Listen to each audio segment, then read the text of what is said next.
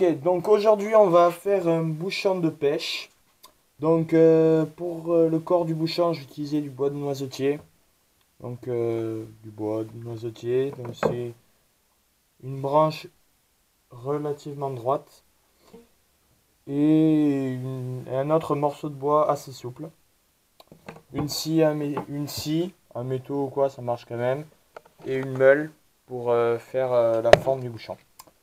Donc on va prendre le bois et on va le scier enfin, à la longueur qu'on veut. Donc là, je vais faire allez, ça à peu près. Donc je vais le couper et on va le tailler. Voilà. Donc petit morceau de bois. Donc avant de le passer à la meule, on va quand même percer le trou en fait. J'ai pas mentionné, mais en fait oui, il faudrait une perceuse. C'est mieux. Parce que si on perce pas le trou d'abord, ça va faire de la merde. Et le bois va se fracturer en essayant de faire le trou après. Donc on va prendre une mèche. Voilà, je pense que ça devrait aller comme mèche ça. Et c'est parti. Allez, on va percer tout ça. Donc voilà, donc on a percé le trou. Donc j'ai passé une petite lime à l'intérieur histoire qu'il n'y ait pas on va dire, enfin de bois qui soit en travers du chemin et que le trou soit assez régulier de l'intérieur. Donc maintenant on va faire ce qui va y rentrer dedans et ce qui va permettre de bloquer le fil. Donc avec le bois assez souple. Donc je vais un peu le fendre à la hache. Si je la trouve. Où est ma hache? Elle est là-bas. Elle est là. Bordel de merde. Ah ben si, elle est là. Donc on va la fendiller. Alors là. Bon, on veut pas. C'est la méthode forte.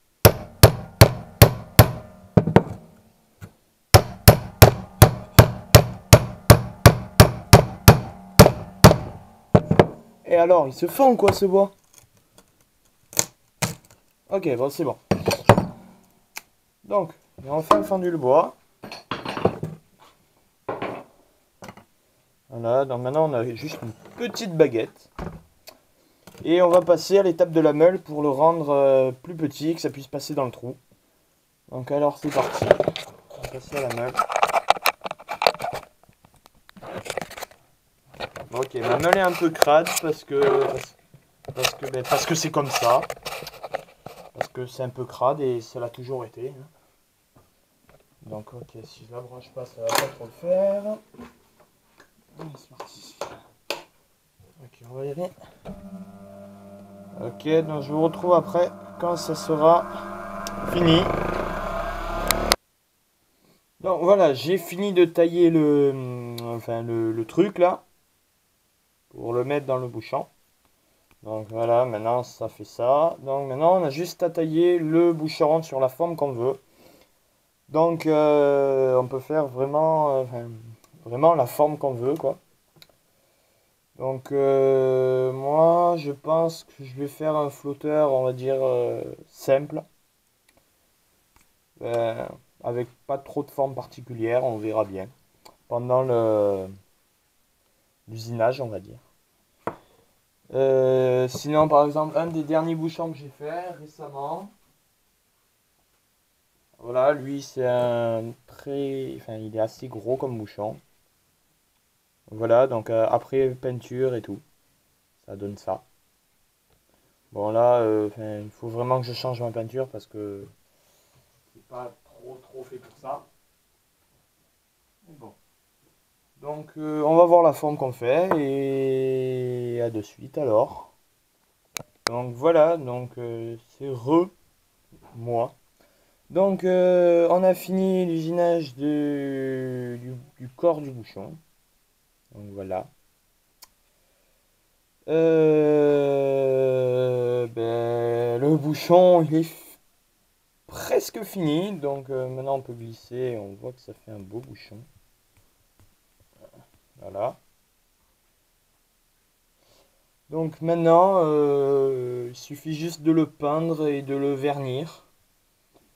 Et après, ben, il est prêt à l'emploi. Donc voilà. Après, sinon, on peut rajouter quelque chose ici, là. Pour rajouter un petit anneau avec du fil de cuivre pour que ça marche mieux. Donc voilà. Au revoir. Donc voilà le bouchon après la peinture. Et voilà. Alors, on met la lumière peut-être, histoire que vous voyez quelque chose. Voilà le bouchon après peinture. Donc maintenant il est prêt à l'emploi et ben, c'est parti. Donc ben, à la prochaine.